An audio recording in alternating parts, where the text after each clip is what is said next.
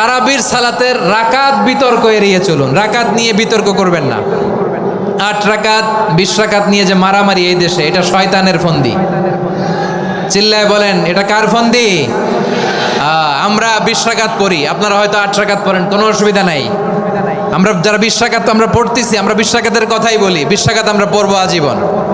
Saudi আরবে মক্কা মদিনায় 20 রাকাত পড়ে, কোনো অসুবিধা নাই। অন্যান্য মসজিদগুলো 8 রাকাত পড়ে, এই নিয়ে এদের মধ্যে মারামারি আছে?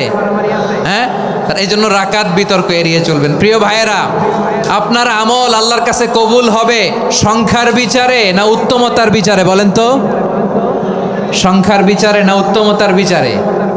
উত্তমতার বিচারে। কত চমৎকার ভাবে আপনি আল্লাহর সামনে দাঁড়াতে পারছেন এটা বিবেচ্য। রুকু সেজদাগুলো সুন্দরভাবে করবেন, রুকু থেকে সোজা হয়ে দাঁড়ানো ওয়াজিব, 2 সেজদার মাঝখানে সোজা হয়ে বসা ওয়াজিব।